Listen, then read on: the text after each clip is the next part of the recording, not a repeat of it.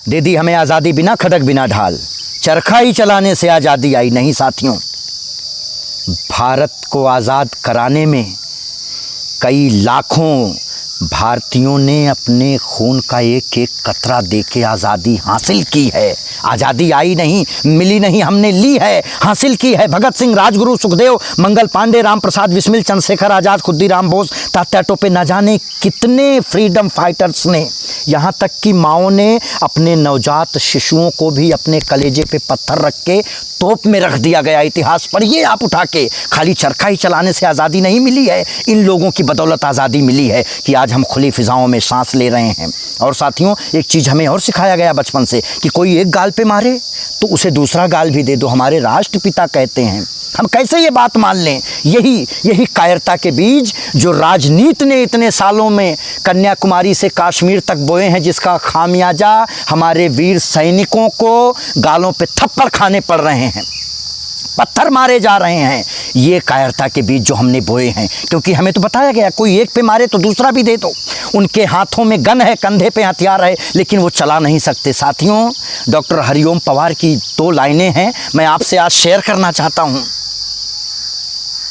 कि किसका खून नहीं खौला होगा जब हमारे सैनिकों को थप्पड़ मारे जा रहे थे, कि किसका खून नहीं खौला होगा ये पढ़ सुनकर अखबारों में। अरे यार, शेरों की गर्दन तुमने झुकवा दी उन कुत्तों के दरबारों में।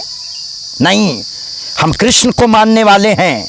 सठे साठम समाचरेत, दुष्ट के साथ दुष्टता का ही व्यवहार करो, तभी वो ठीक रहेगा। और साथियों, मैं माफ़ी के साथ चाहता हूँ, गांधी जी की मौजूदगी में अंग्रेज़ों ने भगत सिंह, राजगुरु, सुखदेव, मंगल पांडे जैसे लोगों को फांसी की सज़ा सुनाई।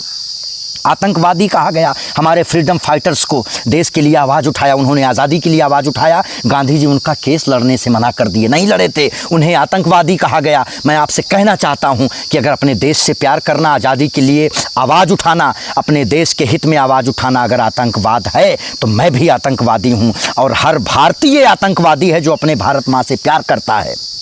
मैं आपको कहना चाहता हूं, अंत में चंद लाइनों के साथ मैं आपसे विदा चाहूँगा। याद रखिएगा, खाली चरखा चलाने से आज़ादी नहीं आई है, ना ही बिना खड़क बिना ढाल से आज़ादी आई है। बदलो, कोई एक गाल पे मारे तो दूसरा गाल ऐसे ही मत दे दो। कृष्ण को भी मानो।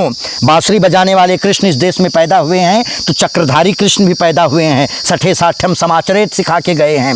अंत में यही बात कह के मैं आपसे विदा लूँगा कि अगर माटी के पुतले देह में ईमान जिंदा है, अभी इस देश की समृद्धि का सम्मान जिंदा है।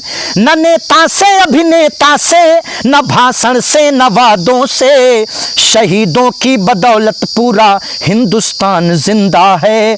शहीदों की बदौलत सारा हिंदुस्तान